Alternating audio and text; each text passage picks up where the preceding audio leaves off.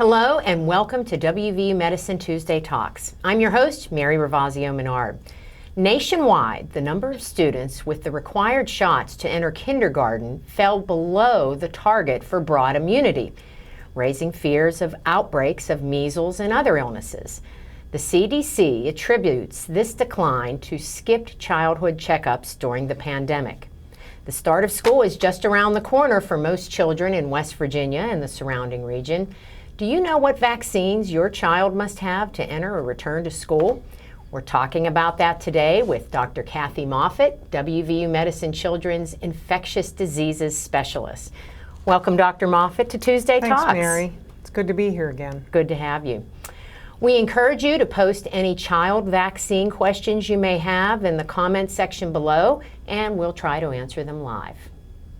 So, Kathy, a lot to talk about today. So, let's first just talk about the fact that when it comes to vaccination of school-age children, now this is something where West Virginia is a national leader, and this is something we want to be a national leader in. So tell us about that. So we are in the top 3, kind of varies year to year, of the most number of kids vaccinated in entering school, and it's nearly all. There are children who cannot be vaccinated for medical reasons, but very, very few.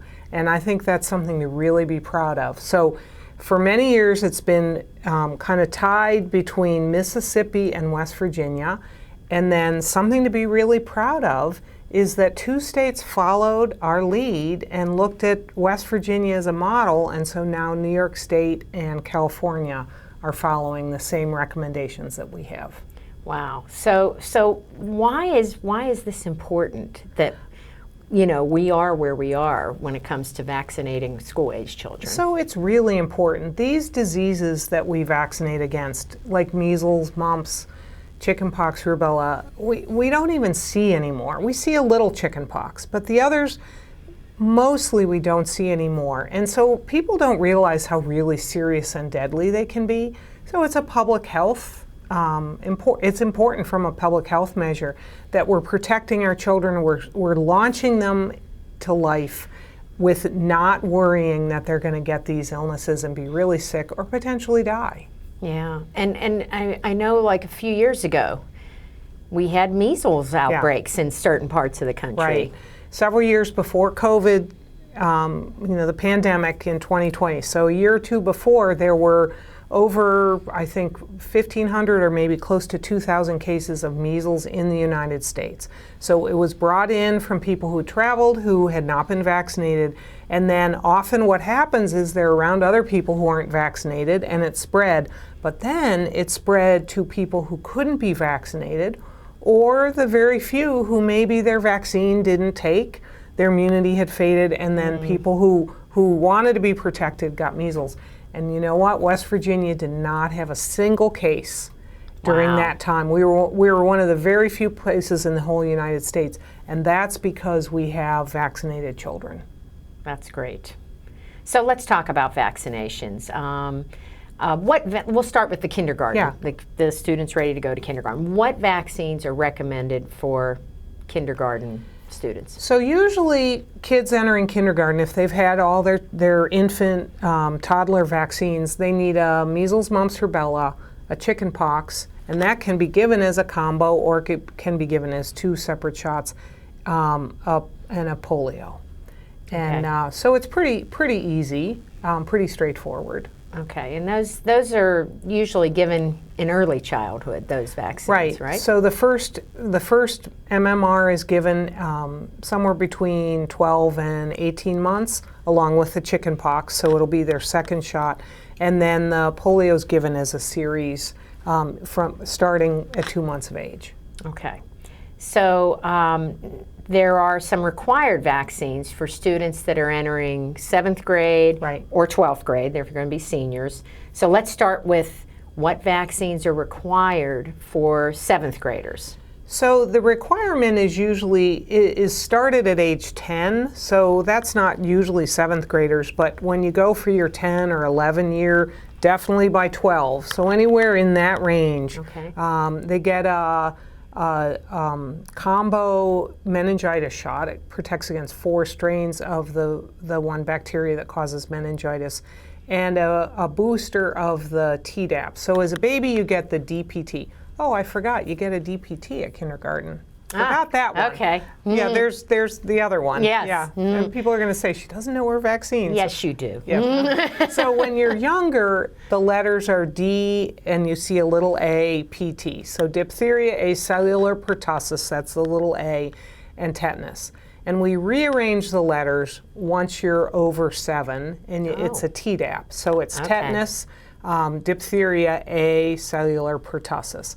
And so you get a Tdap at age 10, 11, or 12. Okay. And then you get the meningitis vaccine as well. So that's for 7th grade. So usually, most kids have already had them, but if you're entering 7th grade and you haven't had your vaccine, you need to get it now before you start in a few weeks. Okay. What if you're about to be a senior in high school, 12th graders? There's some requirements for them. So you need a booster of the meningitis shot, and you can get that as early as age 16. So if you're going for a adolescent visit and you're 16 or 17, usually you're 17 when you enter high school, some are younger, but you need that. Now, if there's a genius who's under the age of 16 and they're entering their senior year, I guess you wait until you're 16 to get that one. Okay. But most kids are, so 16, 17, or 18, you need to get it to enter 12th grade. So again, if you're entering your senior year and you haven't had your booster for the meningitis shot, you need to get it. So we should keep those regular yearly checkups. We should. Because our doctor can help keep us on track what our kids need. Right. Okay. Now there are some recommended vaccines for students, such as flu, HPV, and the COVID vaccine. So let's start first with flu. Who should be getting a flu shot? Anyone who is age 6 months and older should get a flu shot every year. And if you're under 9, the first year that you get your flu shot, which is hopefully when you're 6 months, or you need 2 a month apart. Once you've already had that 2-shot series, then it's annually. And remember that if you're under age 45, 2 years to 45, you can get the mist. It doesn't have to be the shot. Oh, that's still around. Mm-hmm. Okay. The flu mist is still around. So if you don't like the needles, right, you're set till you're 45, and then you got to get used to it. Yeah, and then you have to get the shot. But it just wasn't studied over age 45, and there's not a demand. It gets complicated.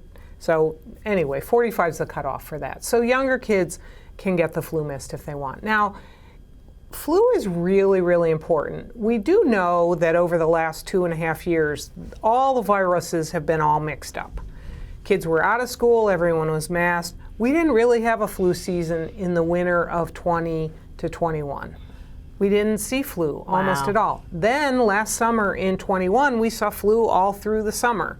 Now this year it's kind of been hit or miss, but we're really expecting that we're going to have a flu season starting probably November, December through March. That's typically flu season. Some years it starts a little earlier, some years it starts in January, and there is a projection that it's going to be a hard flu year. I was just going to say, is it going to be worse than Because we usual? haven't had it. I've had flu vaccines, but I don't even think I've seen a patient with influenza that I've cared for. Maybe I have. So it's just not circulated in the normal way, and so our immunity is down, and when our immunity is down, we see flu, and we do see breakthrough disease with the vaccine, but we have to remember that breakthrough disease you see is usually mild.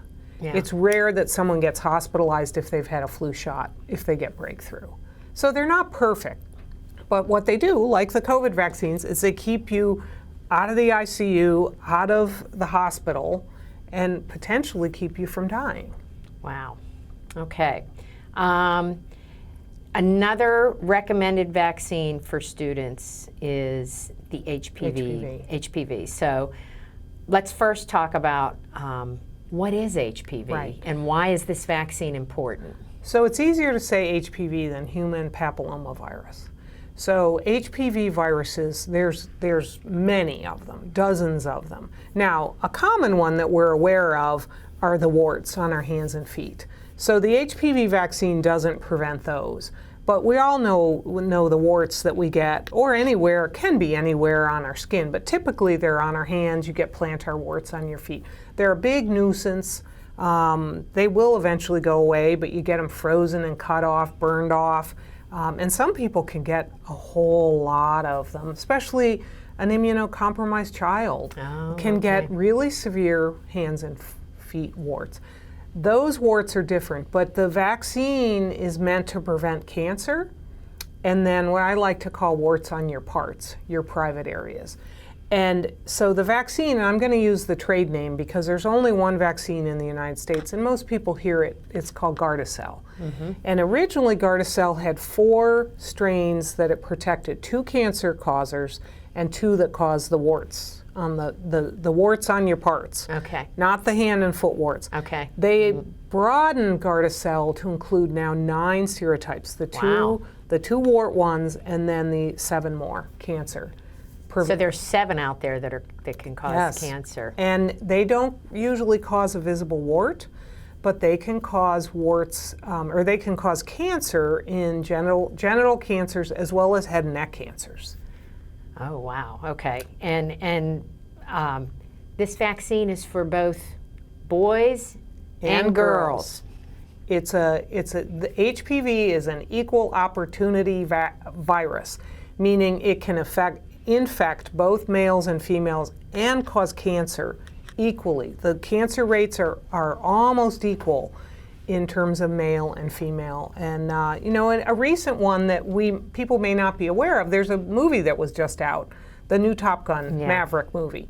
And Val Kilmer, he's in the original movie, he's Ice, but he's in the movie and he is ill in the movie, and then, well, I won't spoil what happens to him in the movie, but he's ill in the movie and he doesn't talk and he has a scarf, or he has kind of clothing that covers his neck. And the reason they portrayed him that way is in real life, he has had head and neck cancer from HPV 16. He's too old to have had a vaccine to prevent, and that's one of the preventable strains. That's one of the 2 leaders. 16 and 18 are the leaders of causing cancer, and his is HPV 16. So he doesn't have a voice box. No, he's had radical neck surgery. That's why he's covered, and he probably may even have a tracheostomy tube, but you can't see it because it's covered. He doesn't speak in the movie. He types. Yeah. And then at the very end, he does whisper to Tom Cruise, but that's not his real voice. That's dubbed in because he does not have a voice. So if you Google him, you will see that he wears a scarf when he goes out in public, and you cannot see his neck. So the other famous person, although didn't lose their whole neck, is Michael Douglas. He's an older actor. He's had HPV 16 cancer, and then one of the original Charlie's Angels, Farrah Fawcett, she died of HPV 16 cancer years ago. And that was long before a vaccine. Well, the vaccine came out as she was ailing and dying, but she was too old to be vaccinated. But she was very vocal about people getting vaccinated, get their young kids, pre-adolescents vaccinated, because if she had been vaccinated when she was young, she would be alive today probably. So it's essentially a cancer vaccine for a specific kind of cancer. It is absolutely a cancer vaccine, and people forget about that. And they say, if we had a vaccine against breast cancer or lung cancer or colon cancer, brain cancer, we'd be running to go get it. Absolutely. So we should be running to go get our kids. And now it's approved up to age 45. So for all males and females up to age 26, and then any woman to 45 and any male who's high risk to age 45. So anyone can be vaccinated. So Mary, I like to say this to people. Do you know any woman who's ever had cervical cancer? Many of us do. Do you know anyone who's had an abnormal pap smear? I think that increases, yes. Or anyone who's had to have like a LEEP procedure or a colposcopy procedure? And I think we can all answer yes to at least one of those. Yeah. So that's HPV. And wow. so women get pap smears. Women get pap smears to screen for diseases that are caused by HPV. So we recommend pap smears. So we should back it up and say, yeah, but we should also be recommending the HPV vaccine. But it's both boys and girls. Now, of course, boys don't get pap smears, but no. boys get other cancers, and we should Yeah. be recommending. Yeah. Great. All right, we have our first question here. It said, if I had the meningitis and HPV vaccines in my teens and 20s, but I'm now in my 40s, Yeah. am I protected, or is there something I need to do to increase my protection? That's a great question. So HPV, we believe, yes, you're still protected. You get great immunity, and actually the younger you are when you first get the vaccine, which is it's actually licensed down to age 9.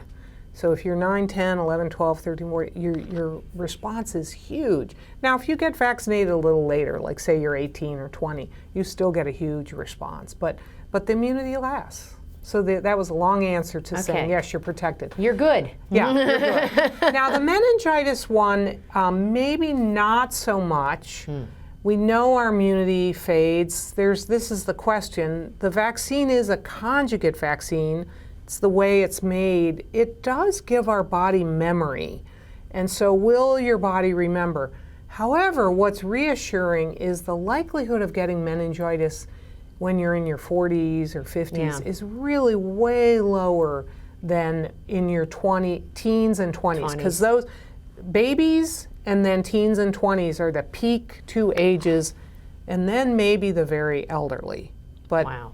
So in between, we're kind of okay, you know, because the likelihood, we're not living close with a whole crowded group of people. We're not usually sharing drinks and food. And our immunity, you know, we have a good, solid immune system. So no vaccines needed for someone in their 40s if they were vaccinated when they were younger. All right, good to know. Okay, we got to talk about the COVID vaccine for children. I know it's not required, but you recommend it. Oh, yes. So tell us why you recommend the COVID vaccine for our children. Well, COVID can cause children to be really ill, infants and children. Maybe not as much as we see with adults, but it's a mystery why some people get really sick, some have asymptomatic disease, but you do not know. I do not have a crystal ball to predict who is going to and who isn't. And so that's number one. We've also seen this condition called MIS-C. So it's multi-system inflammatory syndrome in children. So MIS, and then you see a -C. Okay. And it often follows a relatively benign or mild or even asymptomatic case of COVID, and then the child 2 to 4 weeks later gets high fever, myocarditis, which is heart inflammation, rashes, can be really, really ill. And there's been deaths. The one death that we've had at here in Morgantown due to COVID was in an adolescent who had MIS-C. Oh, wow. The only death that we've had. So you can't predict that. She had COVID and got through it, and they thought, oh, she's fine, and then developed MIS-C. So that's protecting our children. Now, we also hear, well, I got vaccinated and I had breakthrough disease. Well, but the breakthrough disease is usually mild. Yep. And then we want kids to be protected and have a foundation of immunity because we know the immunity from vaccination is better than getting natural COVID. Okay. So everybody wants to know, what age do you recommend the children's vaccine, and are these vaccines safe? So 2 good questions. So now licensed age 6 months and older and up. So yes, I recommend starting with age 6 months. The little bit difference is that the Pfizer and the Moderna are the 2 vaccines approved down to, they're the only ones for kids up to age 18. Okay. So the difference is that if you start with the Pfizer, the child gets 3 doses in their primary series, and the Moderna is 2. So for us, we got 2 in our primary series. Boosters are only recommended for kids then who have some immunocompromised condition. Yeah. So we're not yet going with boosters for kids. For kids. And are they safe? Yes, they're safe. There's 500 million doses of these vaccines given worldwide, and a lot of those are children, are adolescents and school-age kids, and now babies. And so no vaccine is without a side effect, but the side effects are rare. Being sore on your arm, maybe a little achy and low-grade fever, but they're self-limited and they get over them. Okay, good to know, good to know. So what would you say? I know a lot of parents, when the vaccine was first made available to children, and most recently children 6 months and up, they said, you know what, I want to wait and see first. What do you say to what do you recommend to those parents now? Have they waited long enough? Well, I think we have waited long enough. So I heard that when the vaccines were approved last year at age 12, I did have some colleagues say, well, if you're worried, let's wait a little bit and see, they were studied in maybe 30,000 children. Let's wait until 100,000, 500,000, a million teenagers get them to see if there are any hidden side effects. Or we also have heard about the heart inflammation, the myocarditis. So we know that COVID causes it. MISC is related to both severe myocarditis. Well, there is a group of mostly males, late teen to young 20s, who will get myocarditis following a vaccine, and it's mild and self-limited, lasting a day or two. Those are really very rare still, very, very rare. The rest of kids, the safety profile, they tolerate them better even than we do. Wow. I think they get less achy, less fever. There's fevers and achiness, redness, but really, the safety now has borne out that a lot of people, we're talking hundreds of thousands, millions of people have received, children too, received the vaccines. All right. So, those were the ones we've talked about recommended for school-age children, but I forgot to ask you about college students. Are there any vaccines that college students need to get? So most colleges require the same vaccines that public schools recommend, that our West Virginia schools recommend. If a 18-year-old has been homeschooled and did not get vaccinated, they have to be vaccinated to go to college. There's not a universal recommendation for all schools. It depends on the college or the university, but generally they're pretty much all the same. Now, there is a second meningitis shot for Men B. It's called Men B, Meningococcal Serotype B, which is not in the routine one that we give at 7th grade and 12th grade. And many colleges may recommend Men B. Anyone can get it over the age of 10, the Men B vaccine, but West Virginia does not require Men B for our schools. Okay, it's good to know. All right, so because of the pandemic, many children have fallen behind with their vaccines. So, how do these kids catch up? School's starting soon. Are there any allowances because of the pandemic? Well, Mary, one thing that's very disturbing or not so good about West Virginia is that we are at the bottom of vaccine rates when we look at 3-year-olds. And it's gotten worse, like you said, everywhere because they've missed child checks, or then they have a telemedicine visit. Well, you can't get a shot over a telemedicine visit. So we are very low when you look at our 3-year-olds, but our kids get caught up. So by kindergarten, they're caught up. So we really need to work hard. Your primary care provider, your pediatrician, family medicine provider, or the health department, getting kids caught up. And we have a registry, a state registry, where all vaccines are entered. So it's pretty easy for the office or the health department to look to see. If a parent isn't sure what a kid needs, they'll know, and they'll be able to figure out. So what's the best way to get caught up then? I mean, we are starting school here in a few weeks. I mean, should we go to our doctor or the health department, or what about urgent care? Do they give vaccines? Urgent care will give a tetanus shot. You know, if you get cut, I'd make sure it's a Tdap and not just a TD, because if you're going to get a shot, you might as well be protected against it all. But generally, urgent care, the ERs, they don't give the other shots. They're not set up to be doing primary care. So really, health department or your primary care provider. Okay. So before we wrap up here, I always like to ask, what's the most important thing that you want parents to know about back-to-school vaccines? We want kids to be safe, and we want them to be healthy, and we want families to be healthy as well. So by vaccinating kids, we're protecting, maybe there's a kid in their class who has cancer who cannot be vaccinated. Maybe the teacher has cancer, or someone who works in the school, or a parent, grandparent, a next door neighbor. So our children, historically we have a lot of data like flu, that children are the ones who spread it in the community. They get it from each other, maybe at school, and then they spread it to the elderly, to their family.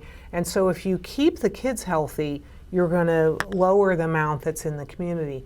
But absolutely, it would be tragic if we had a child die of measles or diphtheria, or whooping cough usually doesn't make kids really, really sick in school age, but they'll cough for a long time. But what it does is it gets transmitted to the newborn babies, and it makes them really sick. And over the years, we've had a couple babies die of pertussis, which is totally preventable.